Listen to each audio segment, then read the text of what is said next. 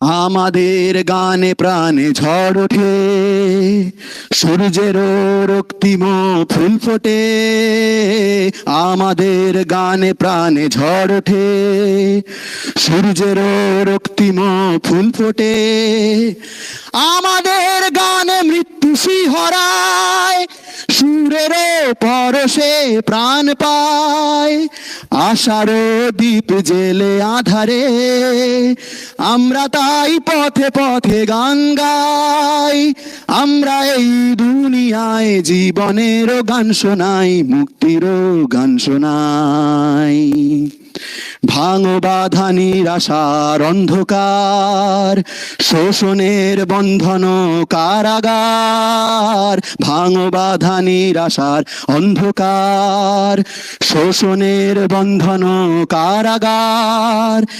এসেই জীবনের মিছিলে, কোটি প্রাণ ঐকতান যায় মিলে। সখ্যেরও সাম্যেরও এই গান, আমরা তাই পথে পথে গেয়ে যাই।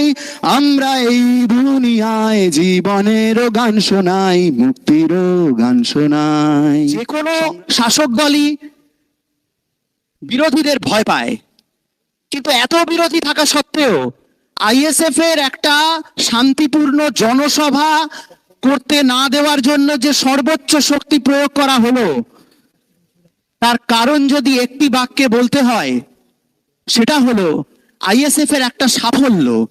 সেই সাফল্যটা কি? সেই সাফল্য কি এইটা যে মাত্র 2.5 বছরের মধ্যে, 3 বছরের মধ্যে প্রথমবার পঞ্চায়েত ভোট লড়ে 400-র উপর সিট পেয়েছে? এইটা না, এর চাইতেও একটা বিরাট বড় সাফল্য আছে। সেটা হলো বাংলার মানুষ, সাধারণ মানুষ ধীরে ধীরে সমস্ত রাজনৈতিক দলকে বিশ্বাস করতেই ভুলে গেছিলেন।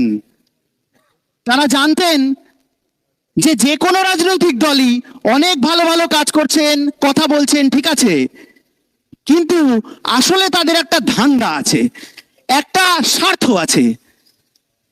আজ মাত্র এই কয়েক বছরে আইএসএফ আমাদের চেয়ারম্যান নওশাদ সিদ্দিকীর নেতৃত্বে গোটা রাজ্যের একমাত্র বিধায়ক, তার নেতৃত্বে আইএসএফ গোটা বাংলার কাছে প্রমাণ করে দিয়েছে যে মানুষ এই দলটাকে ভরসা করতে পারে, বিশ্বাস করতে পারে।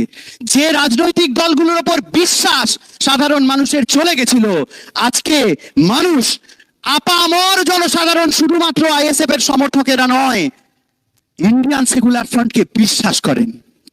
এইটাই হচ্ছে ইন্ডিয়ান সেকুলার ফ্রন্টের সবচেয়ে বড় সাফল্য।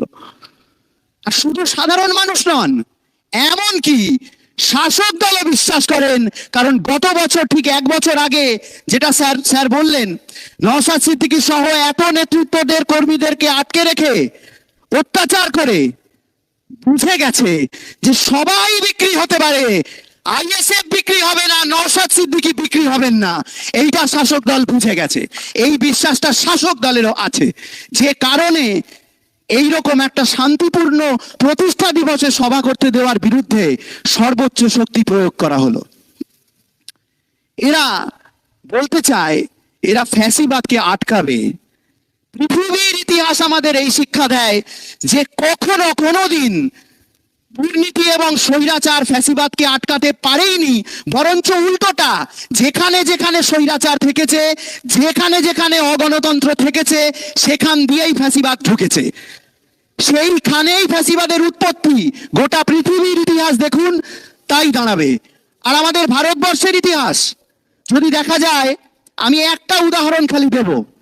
আজকে যে কারণে রাম জন্মভূমি বিতর্ক তুলে 1992 সালের 6ই ডিসেম্বর ন্যাক্কারজনক ঘটনাটা ঘটলো, বাবরি মসজিদকে ধ্বংস করে দেওয়া হলো, সেই কারণটা ছিল মন্ডল কমিশনের সুপারিশের যে ইস্যু, সেটাকে ঘুরিয়ে দেওয়া।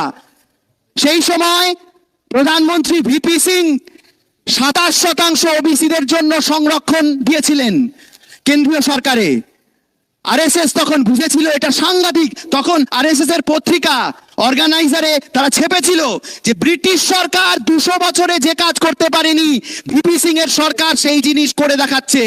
ওবিসিদের জন্য সরকারি চাকরি এবং শিক্ষাতে 27% সংরক্ষণ। ভোটের বেলায় বড় বেলায় কেউ সেটাকে বিরোধিতা করতে পারলো না, কিন্তু ইস্যুটাকে ঘুরিয়ে দেওয়া হলো রাম জন্মভূমিতে। গেল এক। দ্বিতীয় কি, সেই সময় থেকে এই নয়া উদারবাদী কর্পোরেট রাজ শুরু হলো। এই দুটো জিনিস ঘটলো একই সাথে। আজকে দাঁড়িয়ে দেখুন, এনডিএ জোটের মধ্যে বিজেপি খোলাখুলি বলছে যে জাতি ভিত্তিক জনগণনা করব না, যাতে সংরক্ষণ না দিতে হয় ওবিসিদের জন্য। এবং কর্পোরেট শক্তি, আজকে আদানি আম্বানিদের মতো শক্তিকে তারা প্রমোট করছে। এবং এই একই কাজ দুটো ক্ষেত্রেই এই বাংলার সরকারে যে দলটি আছে তৃণমূল, তারাও ইন্ডিয়া জোটের ভেতরে থেকে, ইন্ডিয়া জোট কিন্তু জাতিভিত্তিক জনগণনার পক্ষে, ইন্ডিয়া জোট আদানির বিরুদ্ধে স্ট্যান্ড নিয়েছে, অবস্থান নিয়েছে, কিন্তু এই দুটো প্রশ্নেই মমতা ব্যানার্জির দল তারা বলেছে আমরা একমত নই। এরা জাতিভিত্তিক জনগণনা করতে দিতে চায় না, এরা আদানিকে প্রমোট করতে চায়। অলরেডি তাজ বন্দরটা আদানিকে দিয়ে দেওয়া হয়ে গেছে। অতএব মূল প্রশ্নে, যে প্রশ্ন থেকে ফ্যাসিবাদের উৎপত্তি, সেখানে লক্ষ্য করে দেখুন তৃণমূলের সাথে বিজেপির কোনো পার্থক্য নেই। এই যে গণতন্ত্রের অভাব, গণতন্ত্র তো নেই, গণতন্ত্র স্বাধীনতা সেটা ব্যক্ত হয় বিরোধীদের স্বাধীনতা দিয়ে। স্বাধীনতা বলতে বিরোধীদের স্বাধীনতাটাকেই মিন করা হয়, তা বাদে কোনো স্বাধীনতা থাকতে পারে না। আজকের এই বিষয় থেকে স্পষ্ট। আপনাদের জিজ্ঞাসা থাকবে হয়তো, কেন আপনারা অন্তত 1000 জনকে নিয়েও সভা করলেন না? রাজ্য কমিটির সবাই মাটিতে বসে আজকে সভা চলছে।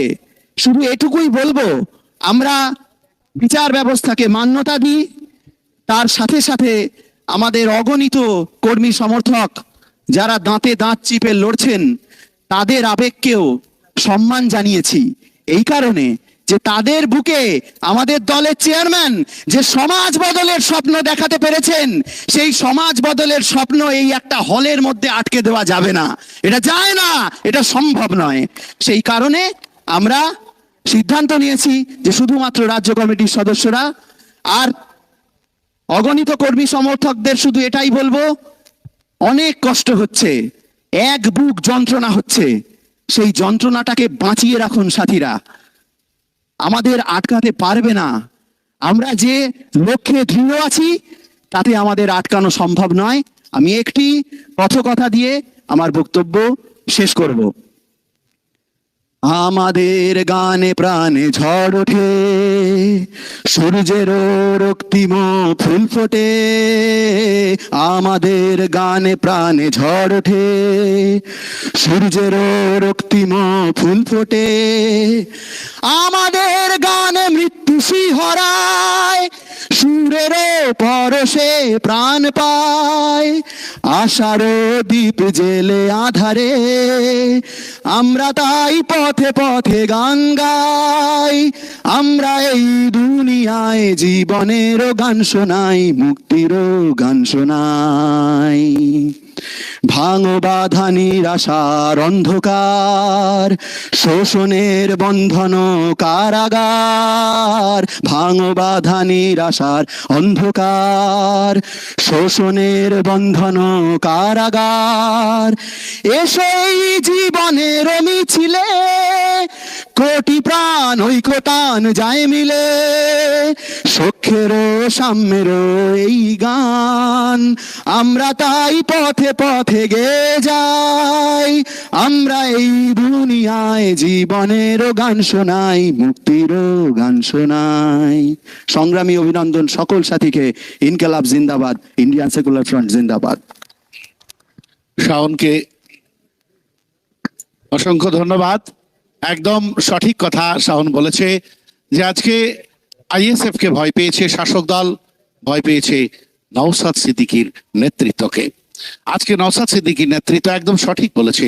আজকে নওশাদ সিদ্দিকীর নেতৃত্ব এই যে বাংলার শান্তিকামী মানুষের, গণতন্ত্রের পক্ষের লড়াইয়ের মানুষের মুখ হয়ে উঠেছে। আর তাই আইএসএফ কে ভয়, আইএসএফ এর যিনি নেতৃত্ব দিচ্ছেন সেই নওশাদ সিদ্দিকীকে ভয়। তাকে আটকাতে হবে, তাদেরকে আটকাতে হবে।